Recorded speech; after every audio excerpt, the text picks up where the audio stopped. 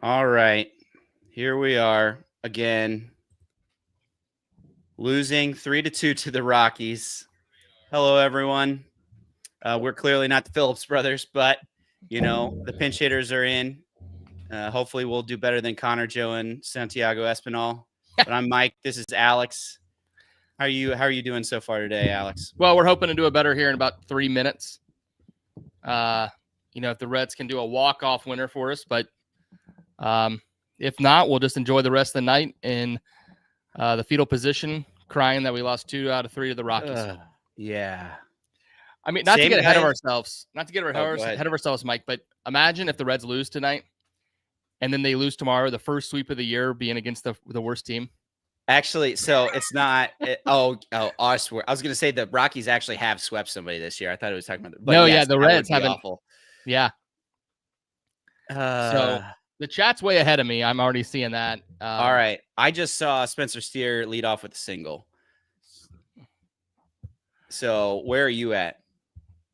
I'm right there. I'm watching the replay right now. Okay. Oh man, the weather looks real bad. Oh, it up north. It was raining like crazy. So. All right, I'm at 4 of the pitch clock to the first pitch to Will Benson. So count it down for me. 8, 7, 6, 4. I missed 5 there. Oh no. Off the wall. Oh, here comes Steer. He's going to score. Come on, Steer. Come on. Let's go. Let's go. Come on. Benson to third. Here we go. Not only that, but everyone just went home with pizza and a triple dip UDF ice cream. There you go. There you go. And I think it's going to be Jake Fraley. Jake Fraley in the batting for Trevino. They said Fraley was in the on-deck circle. Oh, my gosh. I love Will Benson, Mike. There we go. Him. There you go. Oh, man. I put it on X the other day. I think Will Benson could be Jay Bruce. I know Trace and Nick talked about that the other day, but I think it's possible. I would like that. That would be great. He had some really productive years. I was looking like 2010 to 2013. He was putting up, 3 WAR seasons, playing pretty good defense. And like when he would get hot, he would get smoking hot. And, I'm okay with that from a guy who's going to play right field, play pretty good defense. I know he missed a ball today, but play pretty good defense and, carry a team through a couple series. I'd love, I think that's just fine. Jay Bruce just holds a special place in our hearts because of that start that he got when he first came up and all the stuff that he did. Yeah. I think he was a fantastic player, and more than likely a Reds Hall of Famer. Yeah, I would say probably Reds Hall of Famer. Yeah. All right, Jake Fraley off Vodnik. Vodnik throwing 2 pitches. He's throwing 2 pitches, single and a triple off the wall. So let's see what we got. Come on, Fraley. All we need is a ball in the outfield. All we need is just make contact. Let's shoot it somewhere. Oh, he was looking for that one. I got to block the chat out here. I don't want to see it.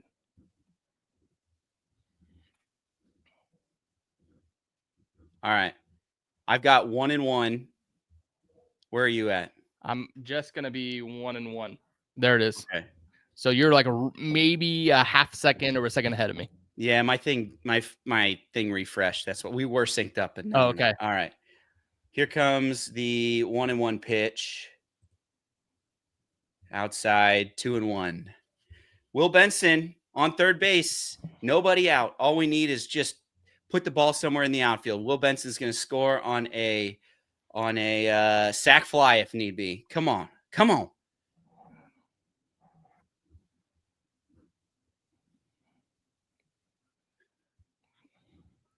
on, Jim Day. We need a good call on this. I know. All right, 3-1 now. Is that where you're at? Yep, 3-1. Okay. Yeah, we got to turn the chat off. I don't want to get anything spoiled here. Come on. I've done this once before, and it was not this exciting. So, ball 4. There we go. All right. So we'll see. Does Jake Fraley steal here to get out of the double play? Trace in the stands is calling for it. We know it. Oh, Noelvi Marte. All right. Be the hero, buddy. Be the hero. I really hope this isn't a flash in the pan for him. Oh, me too, man. I really hope it's not. If he comes up and is like a legitimate bat, because, I mean, I'll tell you what, after today, no matter what he does here, I doubt he's batting ninth tomorrow, right? You know, he is, they're going to move him up in this line. Oh, there you go. Fraley just took second. Wow. I think the Reds listen to Chatterbox, the Reds postgame shows. I think is what it is. They heard Trace and they're like, wait a minute, what are we doing? Why would we not take this free base? I've meant to go look at, like, in that specific situation, how often a throw to second base actually happens. Because, I mean, they did it again in the first, and Elly was out if Arcia holds on to that ball. So, I don't know. And then McLean, I don't know. I didn't. Oh, contact! Go! You got it. Yes. The contact play, baby. The contact play. Oh, man. Noelvi Marte grounds the ball to second base. Second baseman cannot come up with it. And Will Benson scores from third. And the Reds have walked it off. You know what? This one belongs to the Reds. This one belongs to the Reds. That's right. Against all odds, the Reds have come up to walk off the Rockies. And now we got to do a show. Now we got to figure out. Yeah, we got to change the whole show. Change all our notes because we had all this negative stuff going. But let's get this all started, and we will see you on the other side of the intro.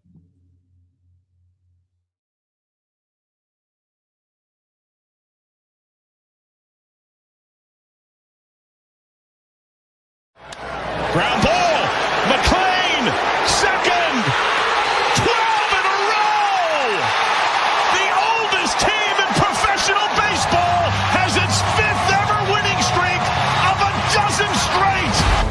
Our job every day is to try to kick somebody's ass. I mean, that's why we're here. That is caught. Left center. Reds win. This ball is launched high and very deep to right, long gone. It's second of the night. Elly De La Cruz. Short lead for Pena. Larkin drills it. Do you believe this? It's going to be gone. Back to back. Walk-off home runs. How about this? He's back. He's back. He's back. And a swing and a drive. Deep left field. This one belongs to the Reds. Swung on and hit deep to left field. That ball is going to be gone. Home run. And the Reds put it 5-4. Goes to second one. Around to first. Got a double play. And the Reds sweep the Cubs. Breaking ball. Hit high. Hit deep. Way back there. And gone into the second deck and left. Christian Encarnacion-Strand walks it off. Archer does it in his major league debut. He gets the final 3 outs, and the Reds get an extra inning win. A thriller 5-4. Swung on. Fly ball. Hit the deep right field. That ball is going to be gone. A grand slam home run by Mike Cameron. 2 outs, 2 on. Reds down by 1. Larkin down the line. It's a winning. It's a winning. Here comes Tucker. Here comes Steins. Larkin's won the game. Barry Larkin gets mobbed. Look at this scene. It's synergy. The stretch, the pause and the pitch. And a line drive, base hit left center field. A single for Aaron Boone. And this one belongs to the Reds. The Reds have won 8 in a row. Kobayashi with a long look, turns it loose, and Dunn hits it to deep right. It's all over. And this one belongs to the Reds. The Reds have won their 5th game in a row. They've defeated the Cleveland Indians on an Adam Dunn 3-run home run, 4-2. In on the corners at first and third. 2 on, nobody out. Here's Royce Ring pitching, no bunt. Ground ball by the third baseman into left field. Chambers rounds third. This one belongs to the Reds. That's hit pretty good. Guess what? He doesn't need speed. That's gone. He's the king of the Queen City tonight. With 1 out here in the 11th inning. You sure got to go now. Swung on, pull down the left field line. That ball is going to get the winning run in. Here comes Jay Bruce rounding third, heading toward the plate. And this one belongs to the Reds. Huge situation for Votto. Why you paying the big bucks to deliver the goods with 2 outs in the 9th inning? Can he do it? In the gap, right center field, and Votto delivers the goods. Hit deep center field. Hank Hill going back at the warning track. Oh, he gone! It's gone! Joey Votto is delivered. Welcome in, Reds fans. Thank you. Thank you for joining. I know everything looked bleak. Everything looked like the season was over.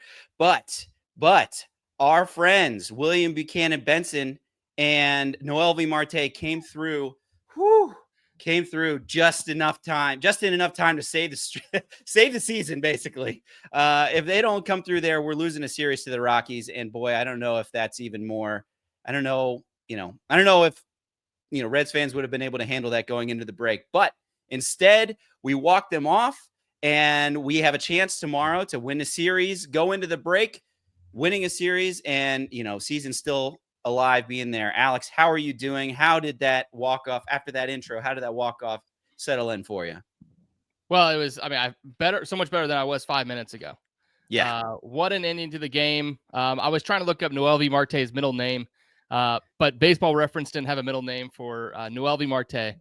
Man, what a fantastic finish. I was looking at the replay on X before it got started. If the second baseman, and this is why you run that play, number one, not to, really go crazy into it right away, but Benson was dead to rights if he fields it correctly. So, total dead to rights. If he would have picked it and thrown it home, he was dead. But what was interesting is we talked about it, Fraiey going to third, you get another shot at it. But man, what an ending. You don't have to worry about Fraiey scoring there, obviously, but man, this Noelvi Marte kid's doing okay. Yeah, I would say so. I'm also glad that he got to play the whole game. I think Nick and Trace kind of beat a dead horse on that one. But, man, it was great to see him come through. I can only imagine we talked about this. I don't know if we talked about it beforehand, but I would imagine Marte is probably not going to be batting ninth tomorrow. I think that all of this going on, I could see him, we could really use some of that production a little higher up in the lineup, and we'll get to that with the offensive struggles. But, yeah, it's just great to see. I think the first 2 pitches that Vodnik threw were a single and a triple. I thought it was over with Will Benson, but Will Benson is just one of the nicest guys to root for. I don't know why you see a lot of hate out there for Will Benson. He's just a bundle of joy. Like, I love rooting for that guy. Even when he struggles, I'm like, man, and when he's finally not a Red again, whether that's after a long Reds career or not, man, he's somebody that I'm going to look back on and be like, man, I really enjoyed watching Will Benson and the energy that he brought, and won us this game. I think that was without that and that hit, we're sitting here discussing how we should sell tomorrow. So I'm just very excited to see that happen for somebody like that. Yeah, absolutely. I think he's great. I've had a couple of interactions with him at Reds Fest and different things. Just it seems like a fantastic human being. I know, seems like he brings a lot of energy to the clubhouse, which is fantastic. Love to see that. So just a fun last few minutes for us. Yeah, I would say so. So we joked that we had to rip up our script and we're going to have to talk about something completely different. I don't think that's actually necessarily true. I think that Trace talked about this too, where if they would have come back and won, there's still things that trouble us about what's going on with the offense, and especially, but with certain people that I think we will talk about a little bit. We did just walk off the worst team in the league, and I think everyone's allowed to be excited about a win like that. That's great. However, what's gone on in this series so far is, I think, still some alarm bells should be going off. So let's bask in the win. But I think that later on in this program, we will talk a little bit more about some of the struggles and the things that we're seeing from some of the Reds batters. But before we get started, I think there's a box score recap that needs to happen, right? Everyone watched every pitch, so but I will do my best to run down this box score. Remember, everyone, I don't have a graphic like our fearless leader Nick Kirby does, but I will be reading from it as as what we have here, and hopefully I don't spend too long. So here's the box score recap presented to you by Nick Kirby. So we had Bradley Blalock versus Brady Singer today, and a showdown of the ages. And in the bottom of the first, the Reds seemed to have Blalock on the ropes. McClain singled on a ground ball, and Elly singled right after him to have men on first and third. And Elly steals second base to put men on second and third, and Austin Hayes actually gives himself a little bit of redemption here by getting a sacrifice fly and 1-run score. The Reds take a 1-0 lead, and Gavin Lux is not able to drive Elly in, and they take that lead into the second. That lead will go all the way to the top of the third inning, where Singer gave a leadoff single to Fernandez, and then gave up Ryan Ritter, their ninth batter, their shortstop's first major league home run, to left field, and went out there. It almost looked like a pop-up, I think. Yeah, it did. The bat, but boy, it went out, and that gave the Rockies a 2-1 lead. And it would stay that way. Even though the Reds continued to get a few people on and then ground into double plays. I think also Singer got out of a bases loaded jam as well, or a man on third after a leadoff triple. But then in the seventh inning, Michael Tolia struck out, Brenton Doyle walked, and then Fernandez doubled on a ground ball to the right field, and that made it 3-1 Reds. And so we're talking top of the seventh. We still are having all kinds of trouble getting hits, and it looked bleak at this point. But in the bottom of the seventh, off of old friend this is off Tyler Kinley, Noelvi Marte with 1 out homered on a ball to center field to make it 3-2. And then after getting out of the eighth inning, with nothing going on, another double play by Gavin Lux there. Emilio Pagan got into some trouble, but was able to get Brenton Doyle, Fernandez strike out swinging, and then Orlando Arcia to ground out to Elly De La Cruz. And that brought us to the ninth inning. Bottom of the ninth inning, we're sitting here ready to cry into the microphone when on the first pitch that he sees, Spencer Steer hits a line drive out to left field, gets on, and then Will Benson hits one off the wall in left field for a triple that drives in Spencer Steer, brings him all the way to third with nobody out. Jake Fraley walked after he didn't see a single pitch or any very good pitches at all. Mm-hmm. And then Noelvi Marte hits the ball to second base. Orlando Arcia and was trying to come home, fumbled the ball. I think it's been ruled a fielding error. I think that's probably what it should be. I know he hit it hard, but it's probably not a hit. But Reds don't care because that drove in Will Benson, who was off at contact, to score the winning run, and the Reds win 4-3. So that's your box score recap. Lots of emotions flying up and down, to be honest. The Reds have not been swept in another series. We can say that all the way through the All-Star break. Didn't get swept at all. But yeah, what are your thoughts? What are your thoughts on this roller coaster that we just had to endure, Alex? Yeah, I mean, like I said, microcosm of the season, honestly. Going back to Monday of this week.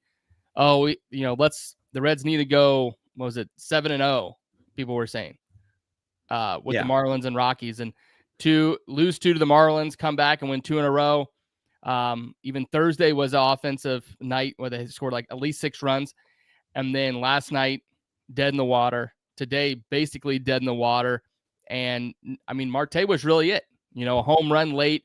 And then the hit that was an error, which I'm shocked. I looked up, it was an error. Sometimes just baseball runs that way. I mean, last night, and we're reviewing today's win, but last night's loss, they load the bases. And I know it wasn't loaded the whole time with Friedel strikeout, McClain strikeout, and Hayes strikeout, but they had guys on to score. And that Vodnik, he struck him out on the same pitch every time. And he was wild. One pitch goes a different way there. The Reds could have won last night. You say the same thing today. I mean, they stole a win, and there's been wins or losses earlier or wins earlier that, vice versa, it's gone. So it's just the way baseball goes. Yeah, I think that's a great point. There was a lot of similarities to last night's ninth inning, and then we had Friedel strikeout and McClain strikeout. Right? They had a guy out there, and they couldn't move him up. They couldn't get him to get anything there. And Noelvi Marte, I mean, he grounds, he makes contact. He probably should have been an out, but because he puts the ball in the play, they make the error and we get the score. So I think that's the big difference. It's just like we couldn't even make contact last night with Friedel and McClain. And I think that was partially what was so frustrating. It was just like, it was there. And all we needed to do is, put the ball to the right side or even just put the ball up in the air, and they couldn't do that. And, Marte was able to do that tonight. And that's refreshing to see, because the people at the top of the lineup hadn't been doing that. We'll get to some of the struggles that they saw. I know that I think Hayes got a couple hits, Lux got a couple hits this year, and Benson obviously got a hit in that ninth inning. But we had been seeing some struggles, and I think we were 0-for in this series until the ninth inning with runners in scoring position. So it was kind of a mixture of people slumping and us not being able to get the big hit. But I wanted to talk a little bit about this Bradley Blalock. Yeah. He, this is a guy that in his last outing for the Albuquerque Isotopes went 5 innings, 3 earned runs, 4 strikeouts, and 6 hits against the El Paso Chihuahuas. This is not some guy that he's got an 8.32 ERA in the minors. Oh. And what was his line today? His line today is, let's see. His line today is 5 2/3, 6 hits, 1 run, 1 strikeout. Man, it's just tough to see. I mean, he gave up 6 hits, but really mitigated the damage. And to be honest, except for the first inning when Hayes had the sacrifice fly, it didn't even seem like the Reds were really even threatening that much. Yeah, they were getting some singles here and there, but they were just being mitigated by grounded to double plays, strikeouts, or things like that. So, it's just unfortunate this offense can make somebody who, is not even, this is their Chase Petty, right? This is their guy that has come up a few times and keeps going back down, has a couple good outings in the minors, but not very good, other outings. And we made him look great tonight. And that was just pretty unfortunate. That's a Cincinnati Reds special, Mike. Yeah. The Reds seem to make a living out of making these guys, these fringe major leaguers, look like all-stars. I feel like there's been a few. I know the Cardinals, I think the Palante, he stuck around a while. He owns the Reds. Oh, my goodness. And I think there was a guy up in Milwaukee was very much like this Blalock guy where he was terrible in the minors. They just needed to call him up for an arm. And I think it's like 6 scoreless innings against the Reds. It's crazy. Early in the year, they had Nestor Cortez, right, who had just given up 11 earned runs against the Yankees, come in and pitched 6 shutout innings. And then I think the Royals brought up that guy Noah Cameron, who another example. Yeah, exactly. This dude, they bring him up, and he goes and I think pitches 6 or 7 shutty against the Reds. So I don't know what it is. I don't know whether the scouting reports are not getting properly transferred from Louisville to Cincinnati. It's hard to say. It's interesting. Take it from the other view, though. What made me think of Louisville was Chase Burns. Chase Burns was down there facing the Yankees AAA and carved them up, and then you'd think, oh, maybe they would pass it up. No, he carved the Yankees up and then got shelled by the Red Sox. So yeah, that's what's cool about baseball, and every sport has it, but some teams just have a competitive advantage. Yeah. So it's interesting. Yeah. Trace has joined the chat. I hope, Trace, please confirm that you didn't leave the game. I know one of the last times the Reds walked off, you were out of there. So confirm that you didn't ruin your son's life again. We'd like to know. Yeah, Trace. Let's hope that didn't happen. I hope you at least secured an Elly De La Cruz basketball jersey. Oh, there's no way. There's no way he did. You don't think he got there early enough for that? There's no way he got there early enough. Maybe Sir Boy Wonder can hook him up. So, okay. Mike, what's our next topic here? All right. Yeah, I think Marte. Let's talk a little bit about Marte, man. I think he's homered in 3 of his last 4 games. I'm glad to see that he's getting playing time. and looked pretty good defensively too, right? He had that double play where he stepped on third, and he also was able to throw home. I know that was kind of a bugaboo, right? When he overthrew Trevino in the Marlins series. He was able to make a throw home and get the guy Fernandez coming to the plate, so that's big too. I think this is we forget how young this guy is, right? This guy, I think, is younger than Elly, right? And if he can come up and he can continue to hit, like they're gonna find room for him. If we get 2023 Noelvi Marte, boy, that is the type of thing.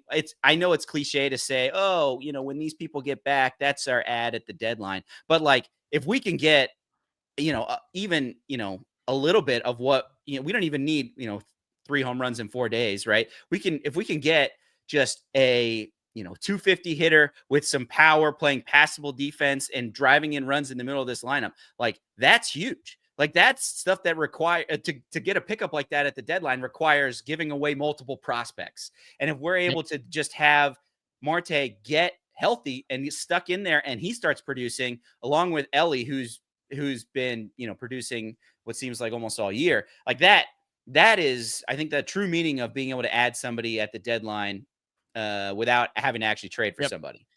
Yeah, that's something I've been mentioning a lot, posting on X from time to time. I have a huge following. Not really. More than me. You and I are maybe similar. You surely have more followers than me.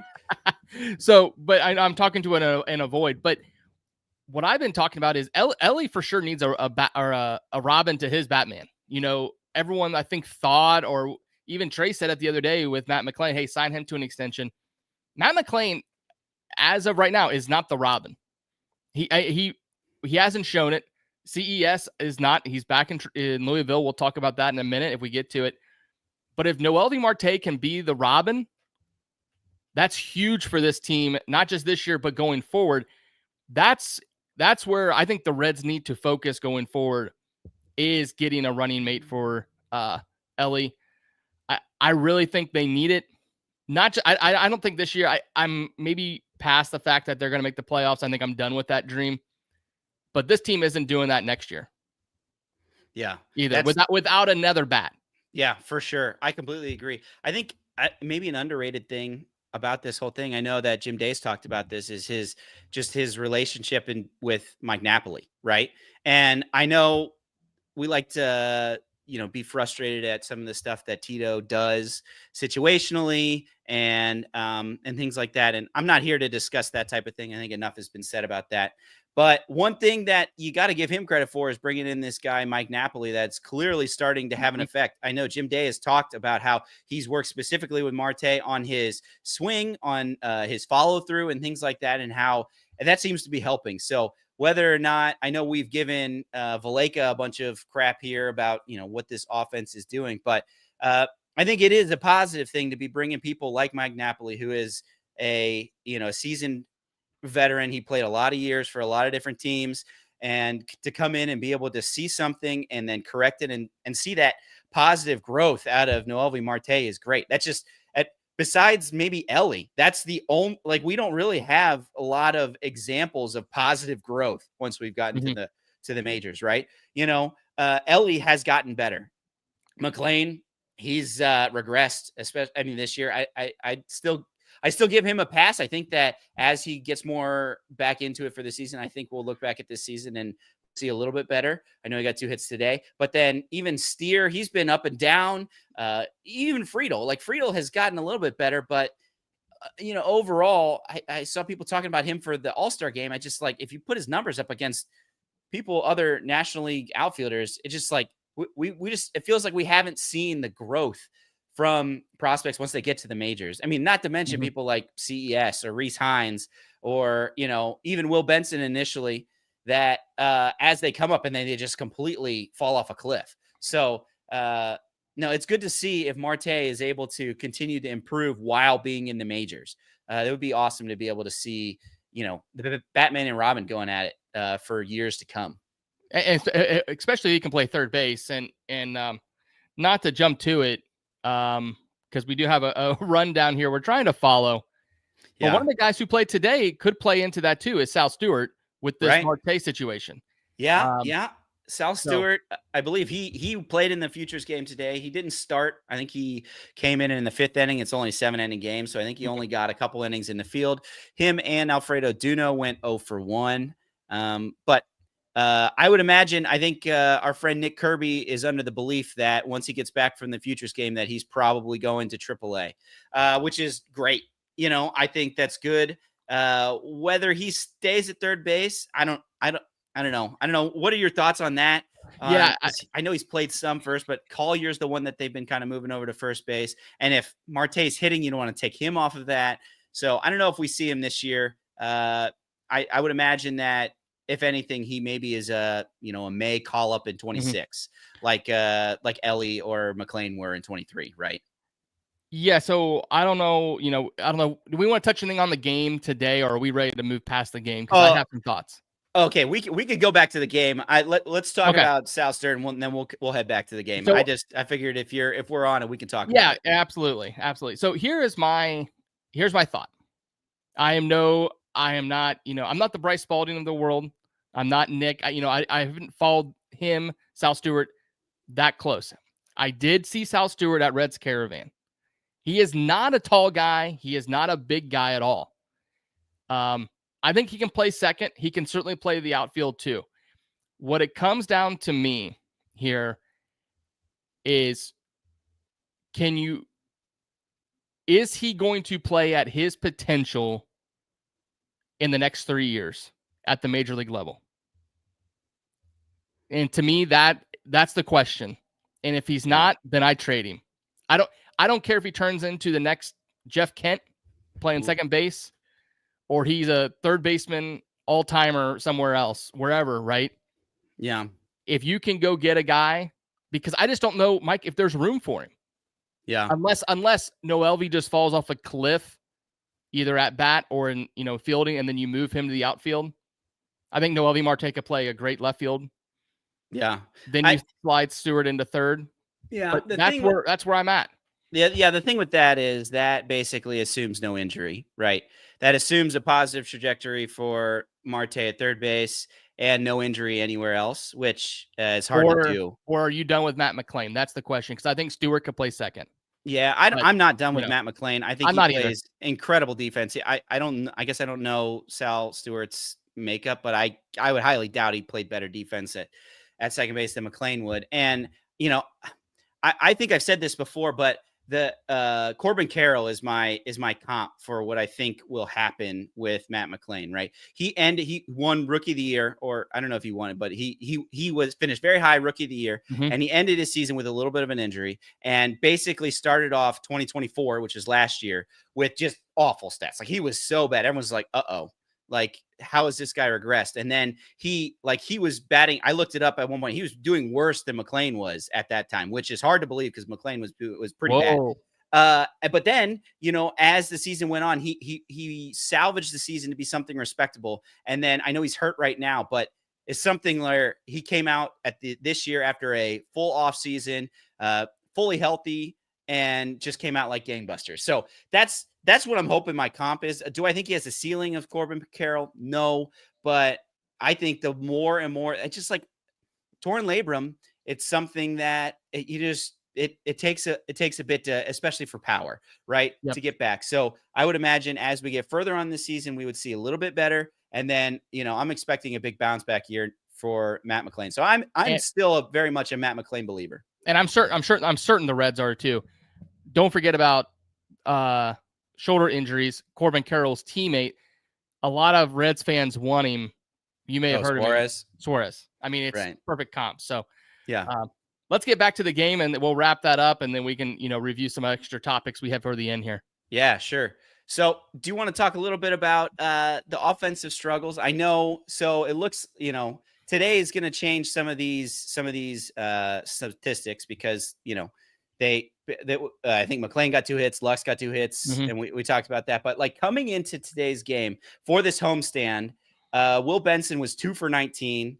Gavin Lux was 2 for 16. Matt McLain was 3 for 19. TJ Friedel was 3 for 18. Austin Hayes was 3 for 18 with 9 strikeouts. Spencer Steer was 2 for 16. Stevenson was 2 for 10. So Elly was 6 for 15 and Marte was 6 for 15. So it's, these guys they got a little bit on track today, but it's tough when, especially if Elly is cooking up there and, the people behind them are really struggling. Hopefully today we can turn the corner. I know we're kind of turning the corner to just one game because we're then going to have a week off. But, what have been your thoughts so far, specifically on, the people batting right behind Elly, right? Hayes and Lux, who have just really struggled. So overall, I'm a fan of Gavin Lux. I was jacked when they got him, when they traded him for the Dodgers, and I don't care about the guy they gave up. Have fun in LA. But I thought he would have a lot more power, Mike. Yeah. He has had very little power. And even, he's had some doubles here and there, but it seems like he's a guy who just plays better outside of Great American Ballpark. Hayes just seems to be a hot and cold guy, but man, when these guys get cold, they all go cold. Yeah. And I just don't know how you can explain that. And maybe it goes back to scouting reports or who's putting them together and what everything's about. But man, they just all go cold at the same time. And there's just no explanation for that. Yeah, I don't pretend to have the answer to why all this happens, but this Reds team just seems more, I don't know, maybe I'm more than other teams because I focus on the Reds, but just like, they, go in slumps and hot streaks together. You know what I'm saying? And it's just frustrating because it's just like when Elly, I think he got on base all 5 times last night. And he also got on base his first 2 times up tonight, and he didn't score once in any of those times. It's just like when a guy is getting on base, I think 7 at bats in a row and doesn't score a run, there's something that's an issue there. And that's what's frustrating about this whole thing, because it's just like you need some production from Hayes and Lux. And I know Hayes had an all-time bad day yesterday, kind of redeemed himself a little bit with that sac fly. But boy, it's been tough to watch. Well, another thing that's crazy though is, and you mentioned it, it's like, hey, we just watched the Reds. That's it. People were like, oh, you're a big baseball guy. I'm like, nah, I'm a Reds guy. The Dodgers lost 6 in a row earlier in the week. Yeah. The Yankees were dead in the water offense, I think last week, or right as, the Reds left, or the Yankees were here a while ago. It was just last week, the Yankees couldn't hit a lick. So I think it just happens. It just seems so magnified when you're facing the Marlins, who personally, I don't think they're a bad team. I really don't. I think they've overtaken the Braves, who aren't good either, but the Marlins are better than what everybody thinks, but the Rockies are not. When you lose to the Rockies in the fashion they did last night, especially that wild pitch, but we'll move past that. Yeah. I think if you could squint, you could maybe convince me that the Marlins are still pretty bad. The Marlins, I know that they've been better as of late, but yeah, no excuse for the Rockies at this point. You talk about the Yankees and the Dodgers. I think the difference is that they had built up, room for a slide like that. You know what I'm saying? Like they go on runs. They go on consistent runs. They have consistent levels of winning that lets them go on a 6 game. I think the Dodgers are still in first place. They just lost 6 in a row and maybe still in first place, So, a team like that can have the ups and downs like that because they get such consistent winning. The Reds can't do that, right? The Reds are just married to 500 and around 500. And, the only thing that's kept us in this season is that for some reason this team can't get swept, and we're able to get something from his team to mitigate the damage from long slides. And that's where all of that goes in. I think. A couple things, like you said there, I was going to bring up, I couldn't find the graphic, but no free ads, but a large gambling site that is green.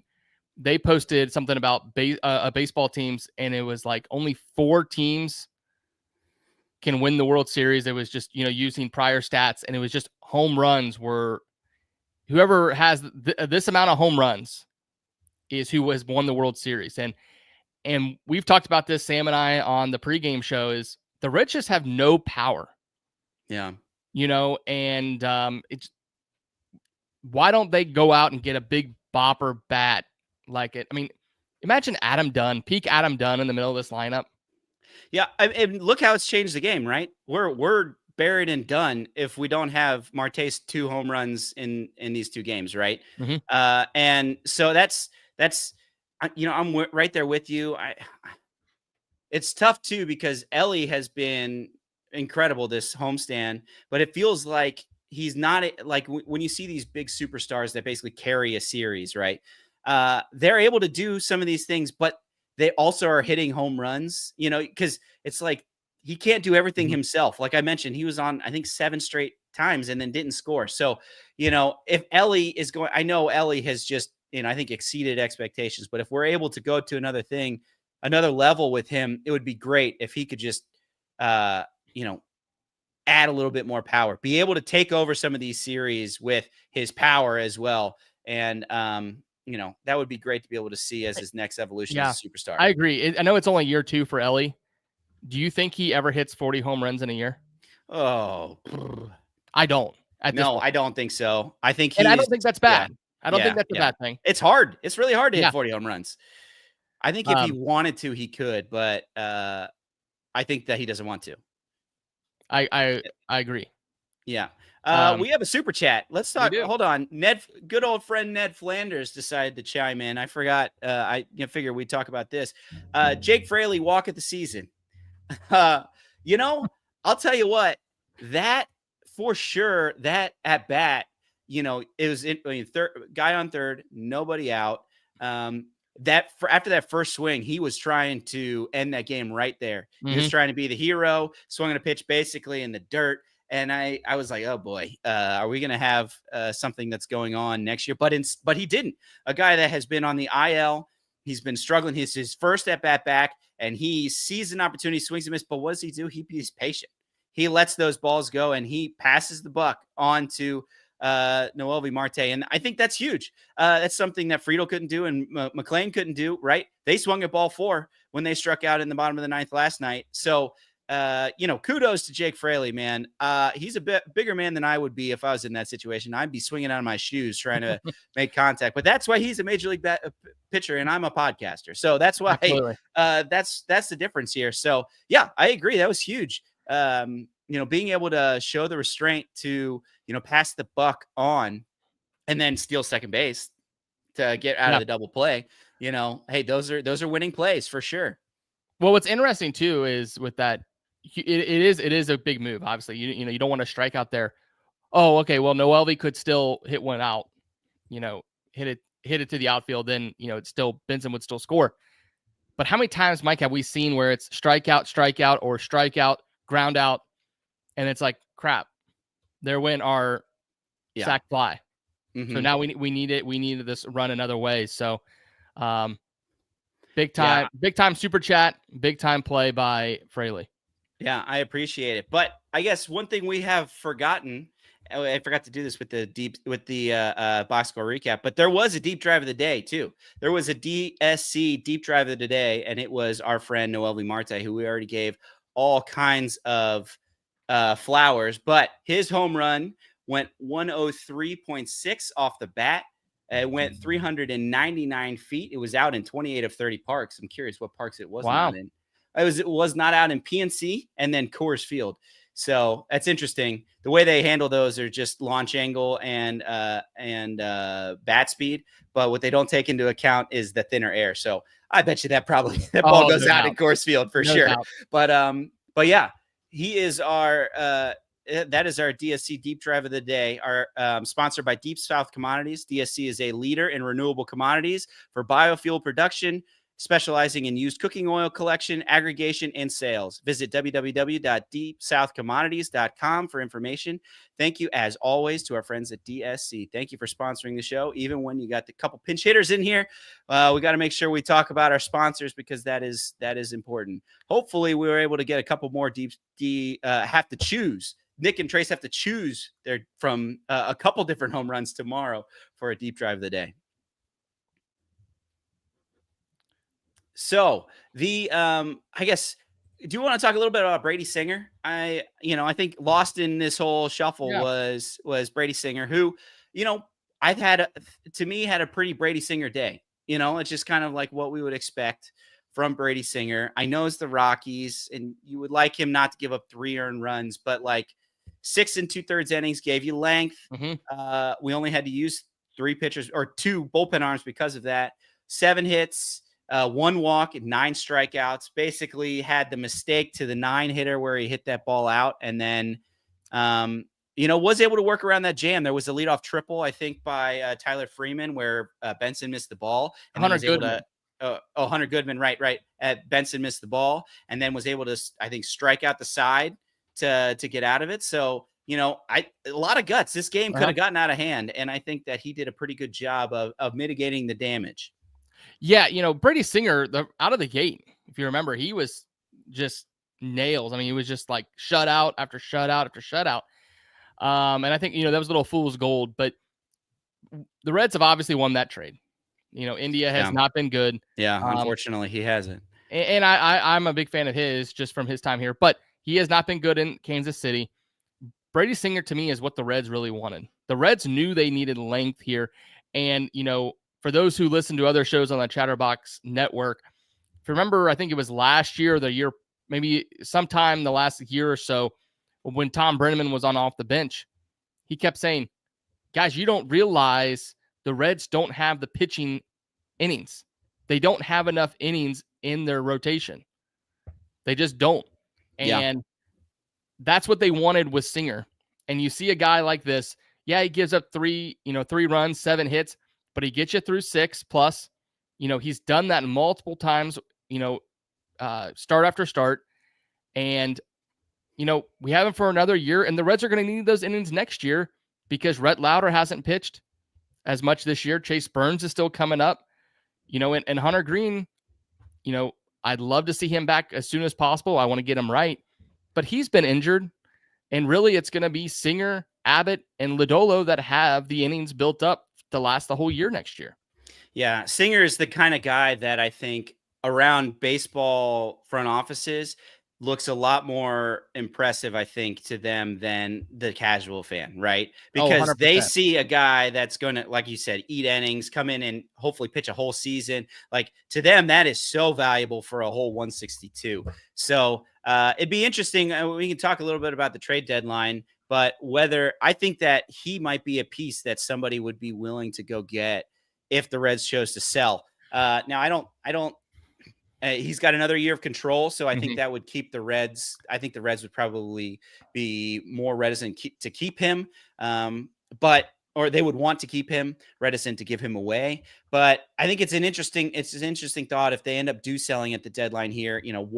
What that would look like, and I would imagine front offices probably have a even rosier outlook on somebody like Brady Singer than maybe like you and me who, watch him go out and just, give up 3 earned runs in 6 1/3 inning. Now you give up 3 runs in a game, like you should have an offense that should be able to win you that game. And which is, I guess, what happened tonight. So, to me, I'll take that. I'll take that. If he goes out and that's the identical stat line that we get from him the rest of the year, I'm completely fine with that. Oh, he and Nick Martinez. That's how, that's how I view those two. So yeah, for sure. And I've always said it from the get-go this year, if the Reds can score 4 runs, they should be able to win the game. So do you want to talk trade deadline here while we wrap up the show? Sure. Yeah. I know I was looking in the chat. We were just hearing sell. And as somebody that watches the Reds on a daily basis, it would really pain me to see them punt on the season. But I understand the thought process behind it, especially if we fall out of it. I think the Giants lost today, so I think we probably gained a game on them in the wild card standings. So, that is, or I think the Padres may be the one that according to the live, my phone, okay, live app, it says that the Reds are 3 back. Okay. All right. So that means the Padres haven't played today yet, probably. Or the game's not over or something like that. They're playing. Oh no. They are playing. They're starting right now against Philadelphia. Yeah. So, we'll see where we end up. The thing is, if they decide to sell, I would imagine that they're not going to sell for AA and single A prospects. They're going to sell for major league ready people, because as much as we hate to admit it, Tito's time in Cincinnati is not going to be that long. And I don't think they hired Tito to go into a full rebuild. So I would imagine that any trades they do to sell, whether it be Hayes or Martinez or Pagan, or even somebody like Lodolo or Stevenson, right, you would see them getting major league ready players back for basically going in for next year. Next year is where we're lining it up to try to make our big run for it. 100% agree with you. Now, I could see them doing a little bit of this and a little bit of that. Maybe you trade in Austin Hayes and say for a single A guy, but as part of next year, they're able to make that roll-in type deal. But really, I think it's more the Trevor Bauer type deal. Hey, we're really not in it, but we know the Guardians or the Indians at the time are trading Bauer. Let's just go all in on this guy. We'll use him next year. To me, there's nothing wrong with that. And I would actually be quite upset if they can't pull something like that off. I'm past 3 games or 2.5, 3.5 isn't a ton. Now there's a lot of teams there. We all know that. The Cardinals, the Giants, the Padres, Brewers, Mets. And I don't think the Reds have it in them unless they go out and make a huge splash.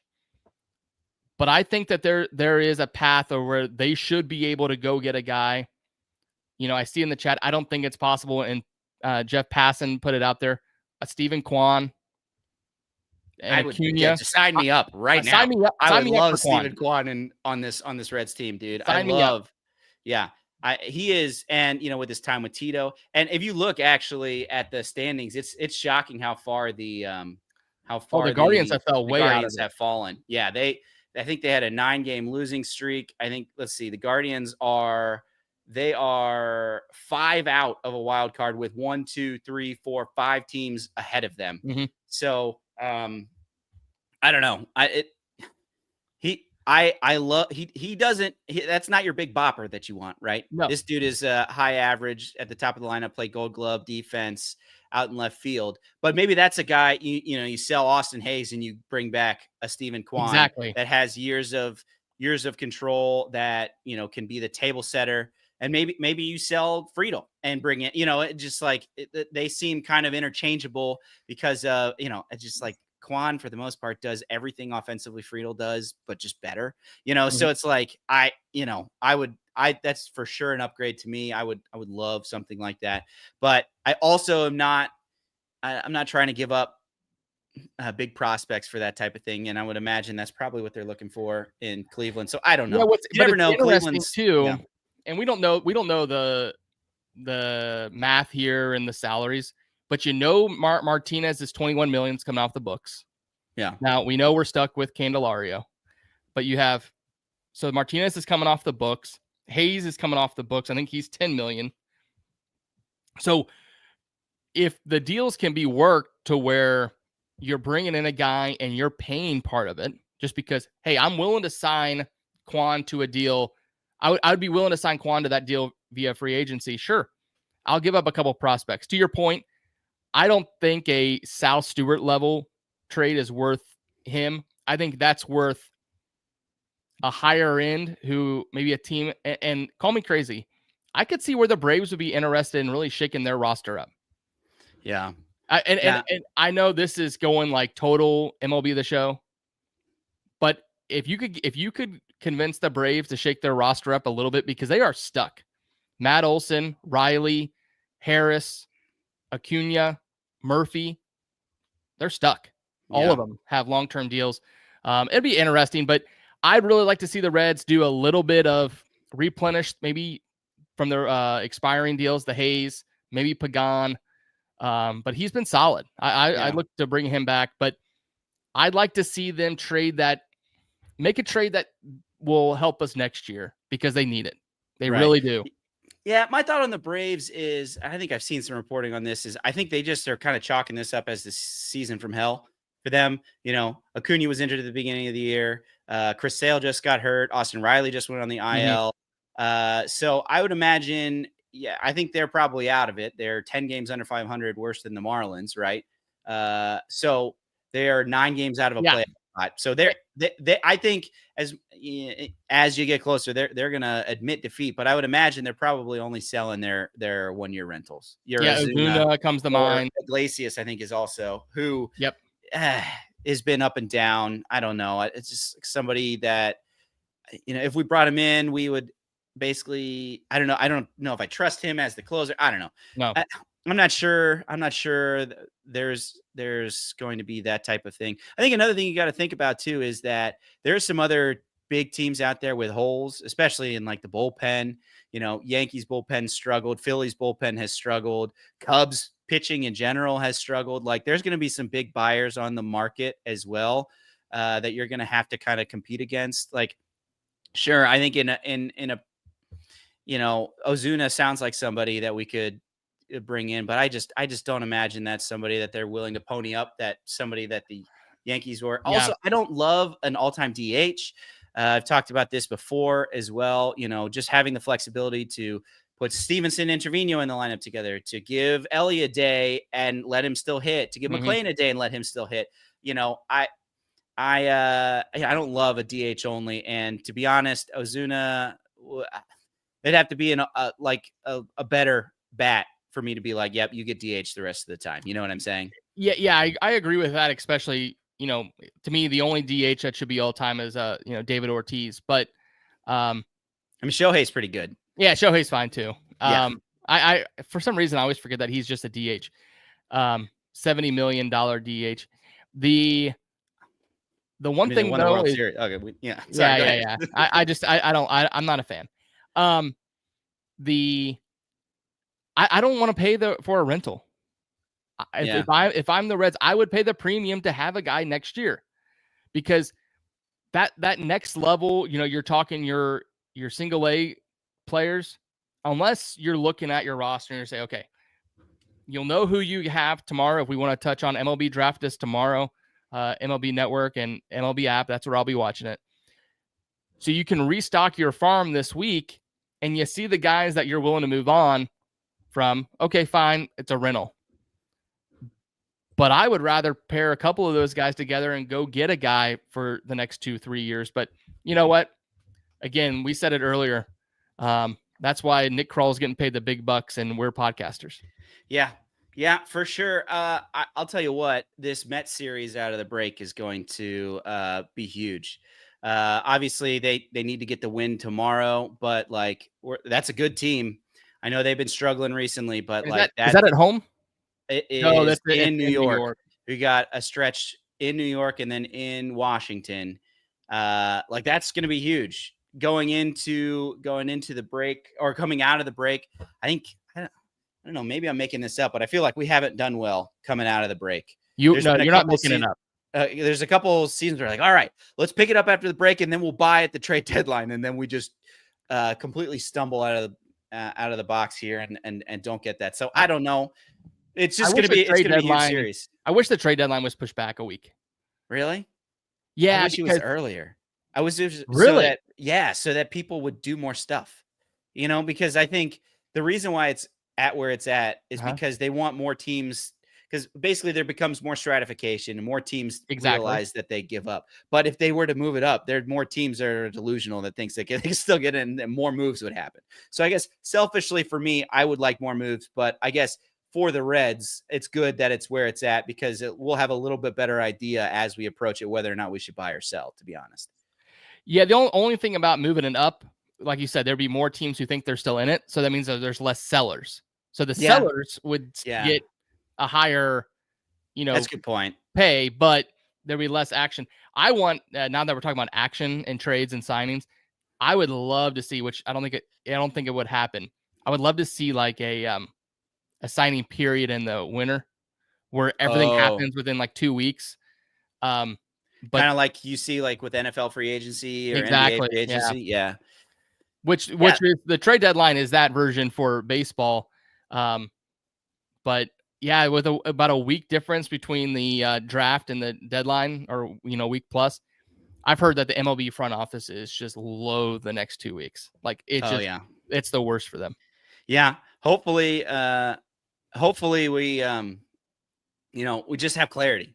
I've heard, I want to know, hey, we should do this or we should do that. We go on a 8-1 run. Great. Let's go do something. Lose the series in New York and in Washington. Great. Okay. It seems we're down below 500 again. Let's sell. So I just hope that we are,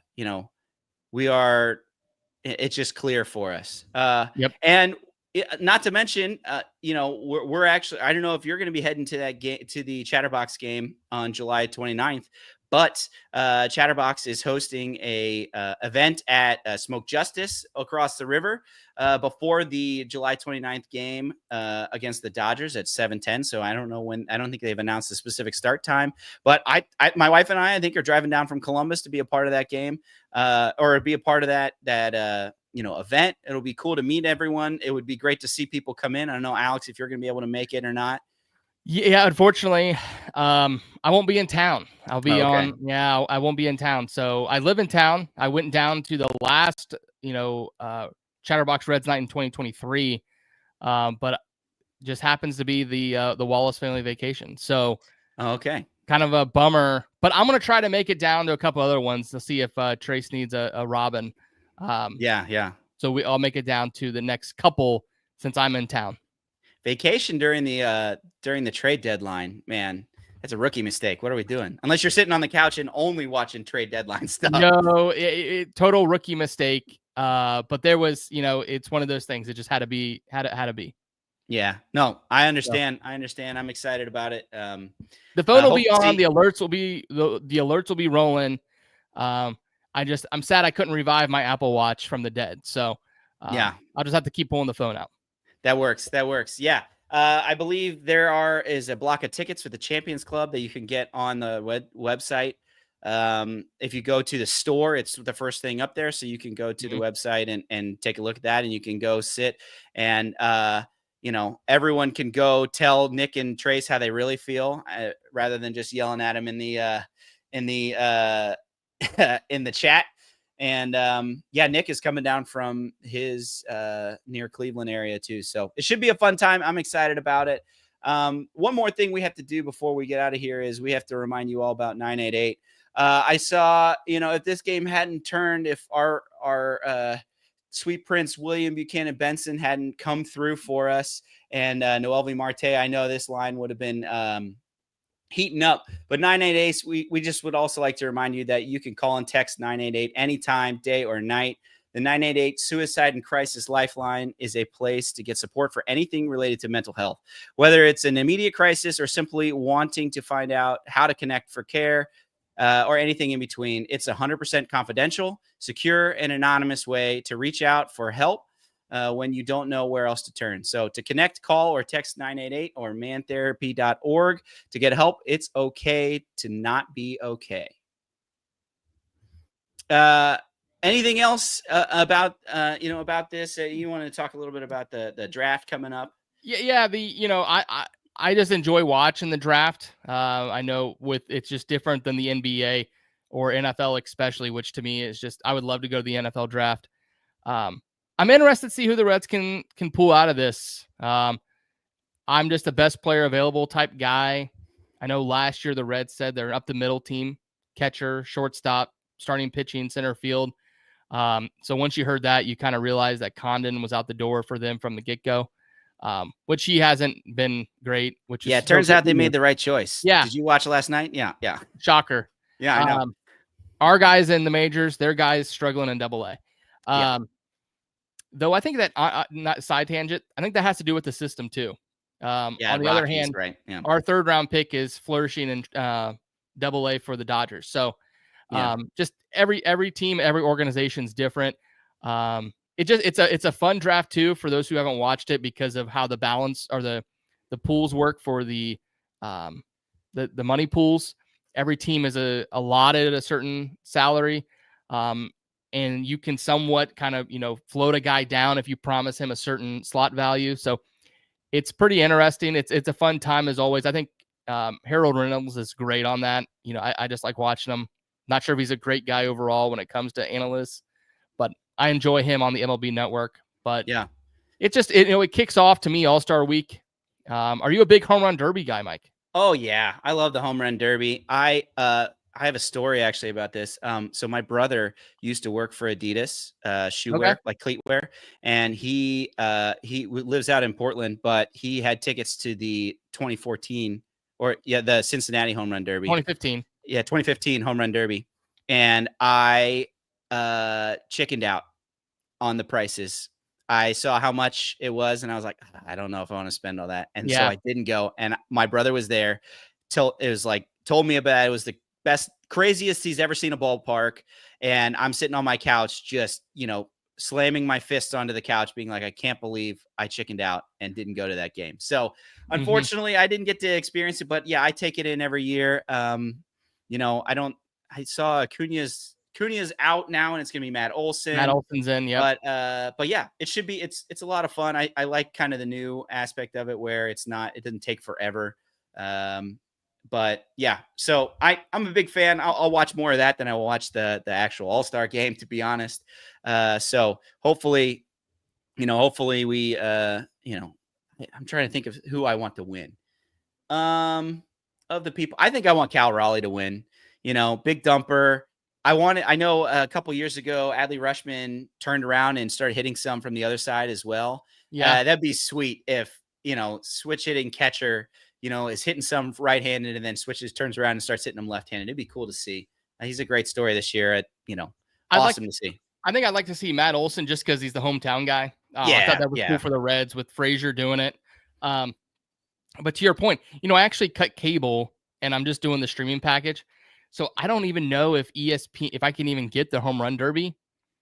Some of ESPN stuff, they've thrown it on ESPN Plus, so I've gotten that. But we'll see if I can go to a bar. It'll be on a bar. Yeah, I'll go somewhere if I really need to watch it. Wait, is that Tuesday night or is that Monday? Tuesday, I think. Well, let me double check. No, it's Monday. Home run. The home run derby is So I don't know. If I'll watch it or not. Let's see. I have it up. Nope, that is Monday, July 14th. Right. So we'll see. But to your point, the All-Star game's kind of been boring lately. It's the best game of all the All-Star games. But man, let's throw a little Savannah Banana fun into it. You know what I'm saying? Yeah. Then I know we don't have time to talk about this, but I don't know if you saw that they've added Jacob Mizorowski to the. Okay, no, let's talk about it. I got time. You want to talk about this? Time. This dude has thrown 23 innings in the major leagues. I know he's been good, but boy, the fact that this guy's got an All-Star bid is wild to me. Totally wild. Puig did it in 2014. Yasiel Puig was an All-Star, and that was borderline even then. And he was in Skeens last year. Skeens is what people were referring to, right? Yeah. Yeah. He was a starter. Now, Skeens, I think, wasn't he up late April? He was up. He was up before, I think maybe the beginning of May. So he had a much longer leash. So here's my deal, though. So let's take a step back for those who don't know how the All-Star rosters work. Every team gets a guy. And then it's, the pitching is always voted on by the players. There is no way that this guy got enough votes comparison to everyone else when he's only been pitched 5 games. There's no way. Yeah. I mean, he's nasty, but still, you don't deserve an All-Star bid after, less than 25 innings. That you just don't. So then if you look at the pitching, if you really want to nerd out like I did, the pitching votes, and maybe Chatterbox's X account posted it, where it was Skeens got this many votes from the players, the next pitcher got this many votes, and then it went down. There was 3 guys at the end. Huge gap. Yeah. Huge gap. Let me fill you in. Andrew Abbott was in those. He was in between because the Reds had Elly as their lone representative, and then Abbott got bumped because someone else needed a spot. Yeah. There was Mizorowski did not have more votes than Sanchez, but here's the one caveat. Ranger Suarez, right? Yeah. Here's the one caveat though. And I think they talked about it on the broadcast today. If they know those guys can't pitch because of the rules of today's players and tomorrow's pitchers can't pitch, then they weren't going to put them on the roster. That's total BS. Both of them should have been on it. Yeah. Yeah. I don't know. Yeah, I saw that and it just illustrated to me what this is the MLB doesn't really care about that aspect of it. They care of a good showcase. And they know that this guy is, that's why they're totally fine with Francisco Lindor and Mookie Betts moving on over Elly De La Cruz. Did I see Lindor's not even starting? Who is he hurt? Is he? I don't know. I thought I saw somewhere that Betts was actually going to start because Lindor bowed out, which is even crazier. Yeah, because he's had an even worse year. So yeah, it's a spectacle, and MLB doesn't. To them, their main goal is the most eyes, and so it's unfortunate that we the thing is we judge players based on when you talk about a guy's career, you're like X time All-Star, right? And all that kind of stuff, and that's just it's being cheapened by something like this, in my opinion, and that's just unfortunate, Mm-hmm. So. Yeah. Do I think he deserves it? No. Do I think MLB cares? No. But yeah, that's all I have to say about that one. We do have a super chat. Mike, if you want to read that off, and then we will wrap up the show. Yeah, Michael Rolfe with a 1999 bomb. I appreciate that. Great work tonight, gents. Huge win for the Reds tonight. What time does the draft start tomorrow? And what would you do with the draft pick at 9 for the Reds tomorrow? ATOBTTR. So I believe the draft starts at 6. I'm confirming. Yes, 6. And at 9, it's kind of hard to predict because that's enough people where, it's not like the NFL draft where it's like the best players just for the most part, it's with some exceptions, it's just like the best players on down, especially early in the draft, because people are cutting deals. I know the year like Heston Kierstad went 2nd overall. There's a lot that goes into it. I've seen a lot of mocks that have Seth Hernandez, basically the top right-handed high school pitcher, going to the Reds, and the idea behind is some teams are just like absolutely no on high school pitchers early in the draft because there's just so much variance. And we've even seen with Hunter Green, who is about as can't miss as a high school arm coming out, has had his struggles and his ups and downs. So, and I would be okay with that. What I don't think is going to happen is they're not going to be like, hey, we have a hole in left field coming up next year. We need to draft somebody to get them up here. Yep. Right. I think the Reds are very firmly in. We're just going to get the best player. If somebody falls to us, great. We'll take them. Whether that's a starting pitcher from college, high school, or, whatever it is, I think they're going to do that. I'd be fine with Hernandez, but I'd also be fine with some of these top, high school or college arms that, would be able to, pull the Rhett Lauder, Chase Burns track, maybe even where they're able to go dominate in the minor leagues and come on up. But, the way that's gone is not very common. So I don't know if they necessarily even have any effect on next year's team. Yeah, I've seen a lot of that Seth Hernandez to the Reds, and it'd be interesting if the Reds were to pull that off and be able to float him down, which is what I'm looking forward to. The Reds really did that with Cam Collier. Yeah. But also the Reds traded one of their balance picks for Luck, so that took away some of their pool. The other guys I've been looking at, like you said, the pitchers, Witherspoon's one, who's at like almost second tier. I've seen a lot of mocks for the shortstop out of Oregon State, Arquette.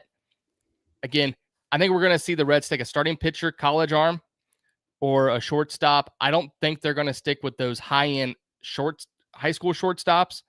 I think it's going to be Arquette or a pitcher. And it looks like the Reds are just trying to gather as many of these high-value items, shortstop, starting pitching, and then that's where they'll make their deals, which is why I think wrapping back up to the trade deadline, I think they could be active. If the right deal falls in their lap, they have the resources to pull it off. So we'll see. It's going to be an exciting 2 weeks. We'll see everybody tomorrow. After the Reds win and win another series, which is just big. Trace and Nick on the mic.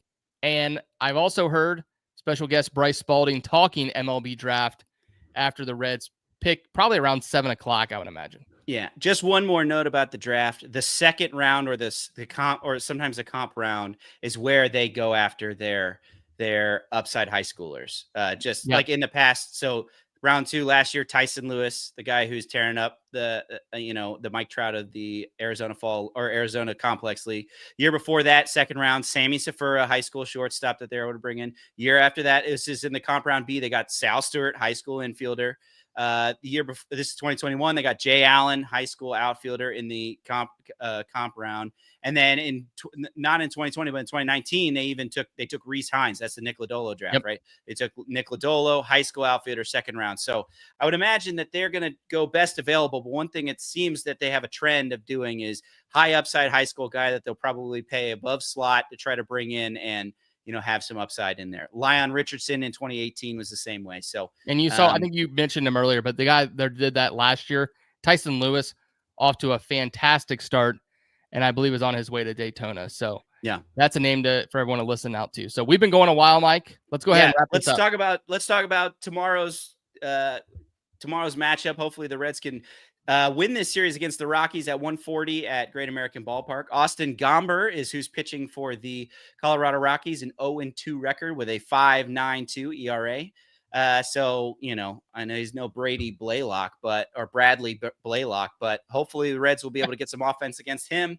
And he will be going against Nick Martinez, hoping to bounce back from that Marlins start, who's 6-9 with a 4.85 ERA and 73 strikeouts. So hopefully we'll be able to get a win and have a good taste in our mouth going into the All-Star break. And we'll be able to, get some clarity on where they're going to go, the rest of this season at the beginning of coming out of that All-Star break with the Mets and the Nationals. Anything else about tomorrow's game before we sign off here? Nope. Just need a win. We just need a win, Mike. Just need a win. I appreciate everyone. If you're still watching with us, thank you very much. Please like the stream on the way out. We really appreciate it. We are the pinch hitters, but we try to do our best. And hey, we got to see a fun Reds win. Nick and Trace wish that they were well, Trace is at the game. He probably got it a little bit better than us. Yeah, he got it better. Yeah. But, thank you guys for joining us and being with us. We really appreciate it. Like and subscribe. Make sure to join the crew tomorrow at 9 with special guest Bryce Balding to talk about the draft. And if there's not anything else, Alex, why don't you just hit me with a Go Reds? Go Reds, Mike.